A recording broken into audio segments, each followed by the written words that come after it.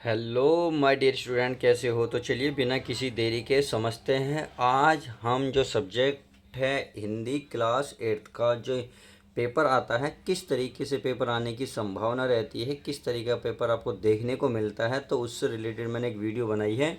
तो आप इसे देख लीजिएगा ताकि आपको एग्जामिनर आपको इस तरीके से पेपर मिले तो बहुत आपको हेल्प करेगा। तो इस समझते हैं एक एक क्वेश्चन को। तो पहला क्वेश्चन की अगर बात करूं तो ये कह रहा है माय डियर स्टूडेंट कि निम्नलिखित शब्दों का अर्थ लिखिए। यानी कि आपके पास कुछ हिंदी में शब्द लिखे हुए हैं, आपको अर्थ लिखना है। क्या अर्थ लिखना है? देखिए, पहला ही जैसे चाव, खपत, पगड़ी, नाजुक, कसर, गोता, इत्तेफाक, बिया, बियाबान, प्रयाण, बेताबी। तो इस तरीके से लगभग इनमें से 5-6 शब्द ऐसे हैं जो आपके एग्जामिनर देखने को मिलेंगे। तो माय डियर स्टूडेंट, ये शब्द जो हैं आपको उम्मीद है अच्छे से समझ में आ गए होंगे। चाव होता देखो किसी प्रकार से लगाव, खपत यानी कि खर्च, पगड़ी जो सिर पे एक प्रकार से बांधी जाती है। तो इस प्रकार से आप नाजुक तो समझो तो कमज़ोर, बिल्कुल जो कमज़ोर हो।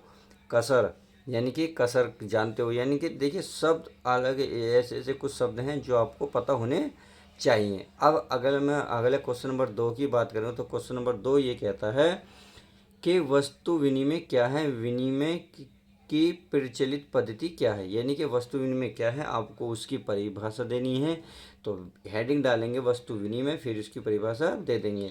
फिर विनिमय की प्रचलित पद्धति क्या है उसका नाम लिखना है। बात समझ में आ गई? चलिए, अगर मैं क्वेश्चन नंबर 3 की बात करूँ तो क्वेश्चन नंबर 3 ये कह रहा है मशीनी युग में से बदलू के जीवन में क्या बदलाव आया।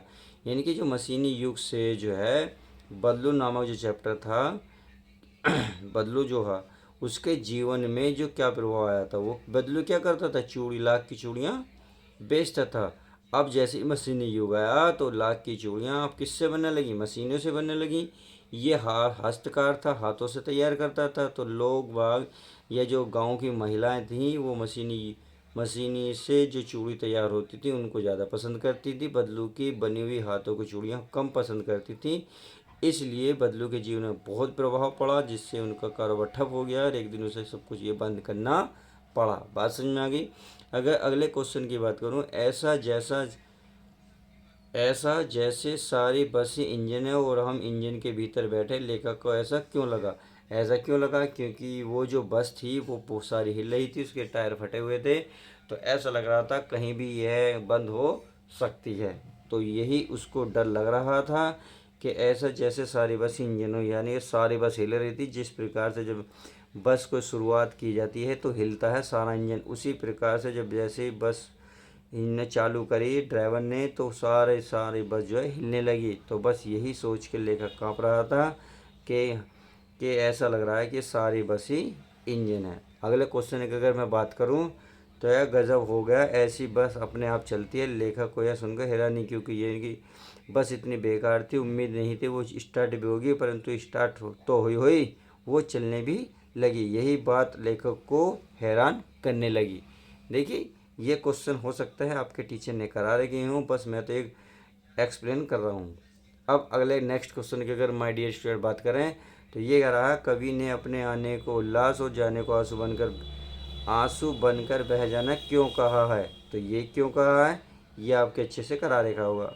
अब बातें हैं, ये तो हिंदी की, अब आते थोड़े से क्वेश्चन व्याकरण के। तो चलिए व्याकरण के क्वेश्चन को देख लेते हैं।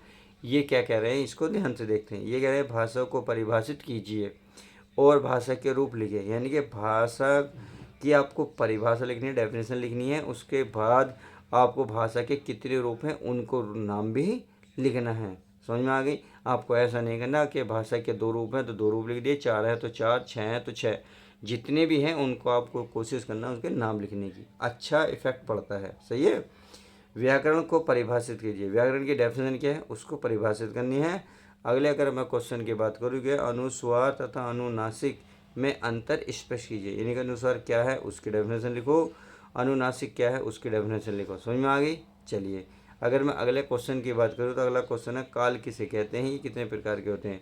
तो काल कितने प्रकार के होंगे वो लिखोगे, ये कितने मतलब डेफिनेशन है वो लिखोगे, ये कितने प्रकार के हैं उन्हें लिख दोगे। बात समझ में आ गई? फिर अगला क्वेश्चन है वाच्य कितने प्रकार के होते हैं, नाम लिखिए। यानी वाच्य क्या हो, उनके नाम लिखने वाले कितने प्रकार के होंगे, सिर्फ देखो वाच्य कितने प्रकार के, इनने डेफिनेशन नहीं पूछी, यहाँ पूछा है वाच्य कितने प्रकार के होंगे, यानी कि वाच्य कितने प्रकार के, जैसे 5 प्रकार के हैं तो बस अब उनके नाम लिख देने हैं, वाच्य की डेफिनेशन नहीं लिखनी। तो इस तरीके से आपका पेपर एग्ज़ाम में देखने को मिल सकता है, उससे रिलेटेड मैंने वीडियो बनाई है। अगर आपने ये सवाल तैयार कर लिए, लगभग ये मानिए लगभग सारा पेपर आपका फंस जाएगा। तो माय डियर स्टूडेंट, वीडियो कैसी लगी प्लीज़ लाइक करके ज़रूर बताएं।